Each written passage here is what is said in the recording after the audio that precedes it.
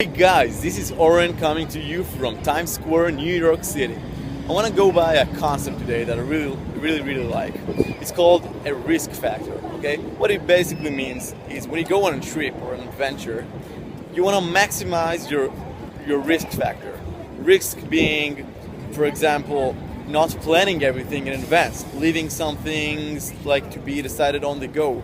For example, not booking every hotel or hostel or couch surfing for every night, so you leave some space for things to happen.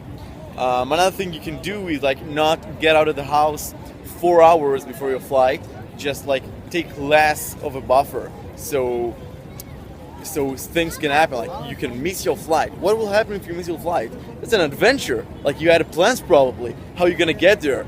It's like that's a whole new thing that you want to happen. The next thing you should do is actually not do, is be. You should be a yes man. You should get no out of your vocabulary. That means whenever you get offered something crazy, something magnificent, something you have never expected and you're afraid of it, it's out of your comfort zone. That's when you say yes, because you can't say no. And then your adventure begins. Take a look at your last trip. How planned was it? How much risk factor was in it? Did you want to have crazy adventures? How did you think they would happen if every single moment was pre-planned? Another thing you can do to increase your fun during your trip is make sure you have as little constraints as possible.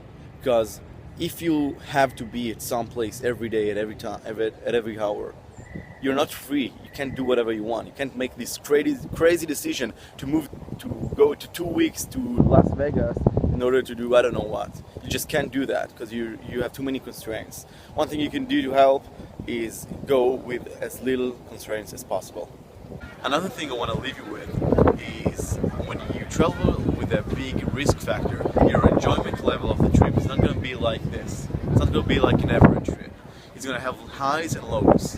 So you need to be ready to handle the lows, because if you can't handle them, you shouldn't go with a high risk factor. The thing is, when you get lows, the highs are so amazing, so you want to do it.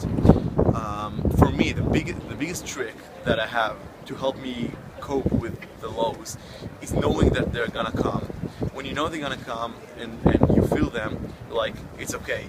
You don't fight it, you just let it happen, and when you embrace them, they move on so much quicker.